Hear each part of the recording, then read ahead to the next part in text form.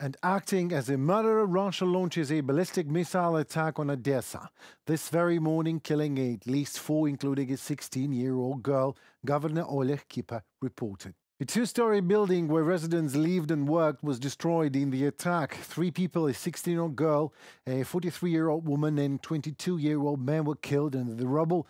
Another woman died in the hospital later due to severe injuries, Odessa's mayor Kiper said.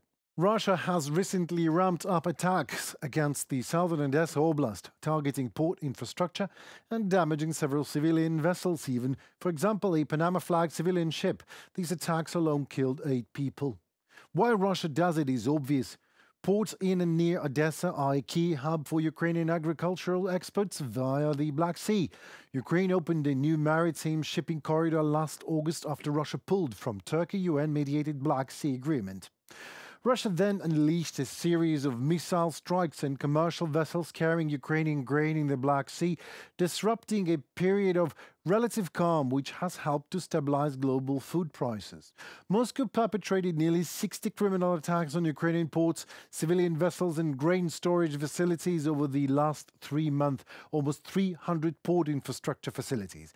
177 vehicles and 22 civilian vessels have been damaged severely or completely destroyed as a result of these brutal attacks.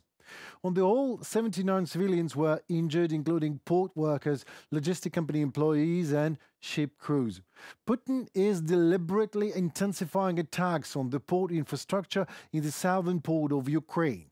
The goal is to reduce Ukraine's export capacity and provoke a food crisis in regions of the world that are directly dependent on Ukrainian grain supplies. The impact is not limited to Ukraine, of course. Above all, it affects the Global South and European nations.